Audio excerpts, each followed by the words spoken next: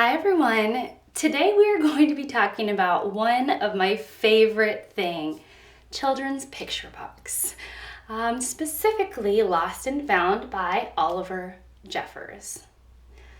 I love picture books. I actually have a very long history with picture books as an adult, and I think it's a shame that more people don't spend time looking at picture books beyond their childhood. So that's what we're going to do today with Lost and Found.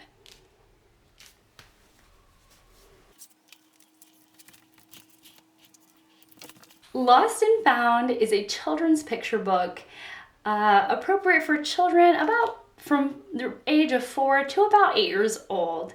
It is a simple story with beautiful illustrations.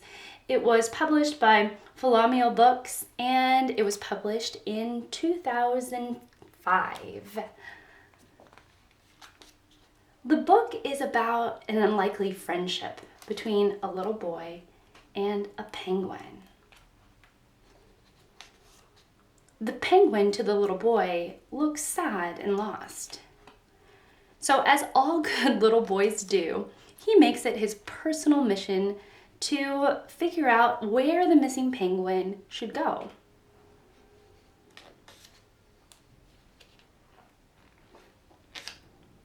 He realizes that penguins come from the South Pole and then makes it his new personal mission to get the penguin home. From there, adventure ensues. Okay, so let's go back and I'm going to point out some of my favorite things about this book.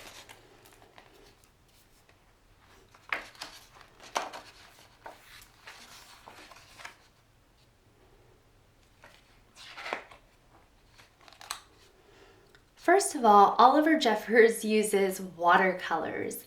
Watercolors make my heart go pitter-patter because there is so much movement and texture in watercolors that sometimes you don't get in other forms of illustration.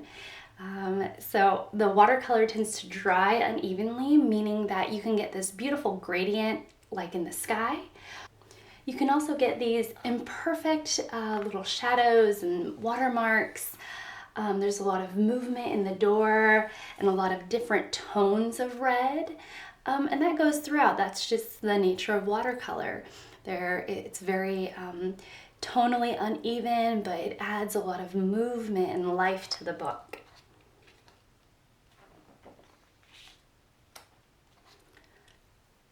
One of the other things that stood out to me is the composition that Oliver Jeffers uses. He typically sticks between two different type of compositional styles, one of which is this very plain negative space and a single object or a single setup image in the center of the page. So right here, it's a very simple setup between these three characters and a fully blank negative space in the background. Conversely, on the other side, this page is full of color. He used from top to bottom color. There's also this beautiful horizon line. There is a background and a foreground, and it's just a beautiful contrast between what we see on the opposite page.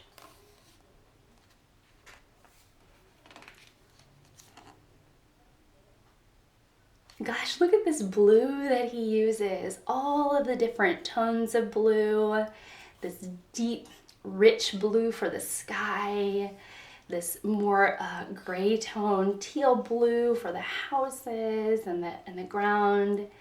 And then there's this like sky blue for the bath. So he uses his colors, his choice of colors is brilliant. And it contrasts with the orange in the little boy's tone and the yellow of the duck.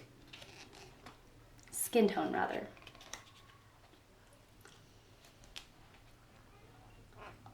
Oh, I almost forgot one of my favorite things, and it's his choice of scale. Jeffers decided to make the little boy very, very, very tiny, along with his teeny tiny little penguin, and yet this boat is massive.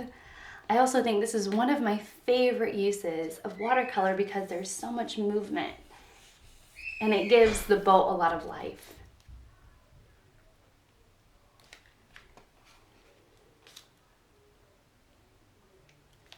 Finally, I want to talk about the character design. The little boy is made up of really two little shapes, a circle and a square body. And his legs are very wide set apart and like two little stick figures. The penguin is essentially the shape of a U, again with very wide set little feet. Both of them have little dots for eyes, not fries. And the little boy has a nose, the bridge of his nose coming straight down from his forehead.